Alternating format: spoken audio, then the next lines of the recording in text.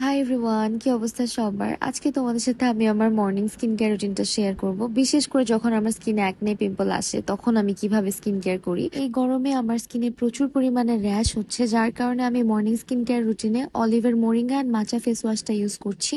এটা একটা gentle ফোমিং cleanser যা কিনা আমাদের স্কিনের অয়েল কন্ট্রোল করার পাশাপাশি স্কিনের ইমপিউরিটিস গুলোকে দূর করে, স্কিনটাকে ডিপ ক্লিন করে।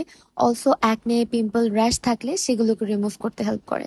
আচ্ছা, স্কিন কেয়ারের পাশাপাশি ফ্রি টিপস দেই, বেশি বেশি পানি খেতে হবে। আমি কিন্তু সকালে খালি পেটেই চিয়া সিডের এই ডেটক্স ওয়াটারটা খাই। ফেস ওয়াশ ইউজ করার পরে আমি অলিভের স্কিন টোনারটি ইউজ করছি। এটা একটা রোজ ওয়াটার টোনার। স্কিনের এক্সেস অয়েল কন্ট্রোল করার পাশাপাশি এটা আমাদের পোর্স গুলোকে মিনিমাইজ করে।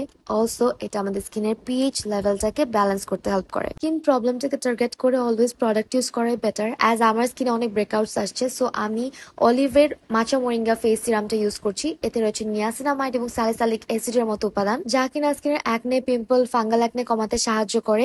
অলসো এটা আমাদের স্কিনের পোর্স গুলোকে মিনিমাইজ করে এবং অয়েল ব্যালেন্স করে।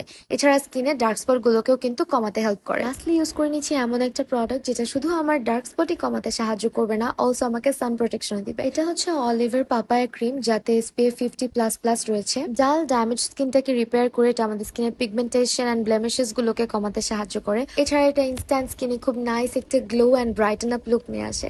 So that was my morning skin care routine.